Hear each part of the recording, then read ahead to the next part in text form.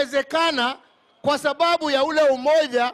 Tuliweza kupatana wakati tulipata handshake na tukasema sisi haja yetu ni kuongea juu ya maslahi ya wananchi wetu na hatutapigana tena kisiasa. Wacha tukae meza moja tuongee juu ya maslahi na maisha ya wananchi wa Kenya.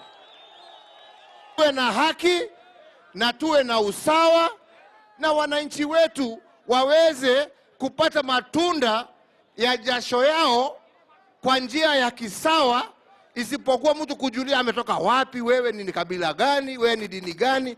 Haja wewe ni Mkenya,